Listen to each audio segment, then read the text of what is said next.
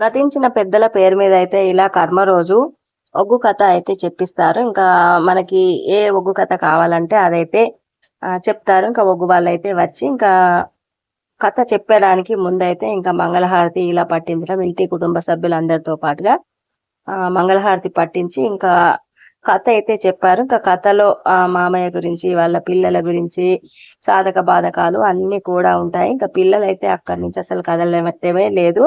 అందరూ వచ్చిన వాళ్ళు కూడా ఒగ్గు కథ అయితే వింటున్నారు.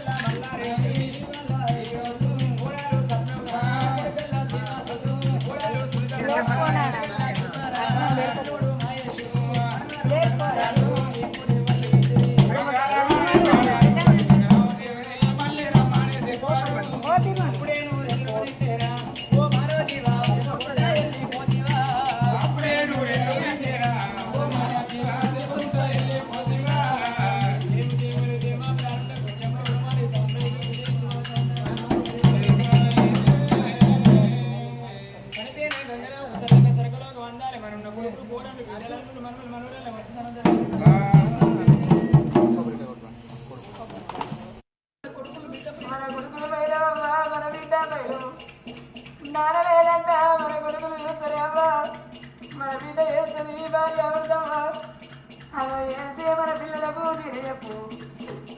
నేను ఉంటానన్నా నేను బతుకనన్నా ఏ దేవుని గుళ్ళ బంధు వచ్చి నేను వెళ్ళిపోదన్నా నేను మన ఈయన ఉన్ననాడు అగో ఏదన్నా కట్ట ఉంటే నాతో చెప్పి నీకేం బాధంటే అది అందుకే అందరూ భార్య అమృతమ్మా తల మీది కూడా ఉన్నన్ని రోజులు తనకే బాధ లేదంటారు.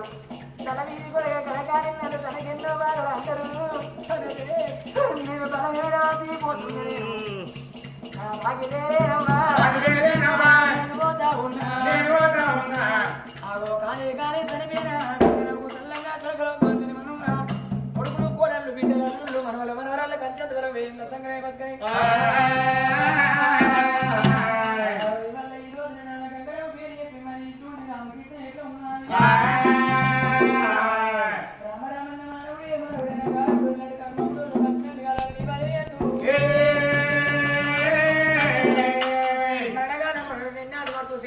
కథ అయితే చాలా బాగా చెప్తున్నారు. చాలా ఇంట్రెస్టింగ్ గా ఉంది. ఇలా పేరున ఇంట్లో ఉన్న వాళ్ళందరినీ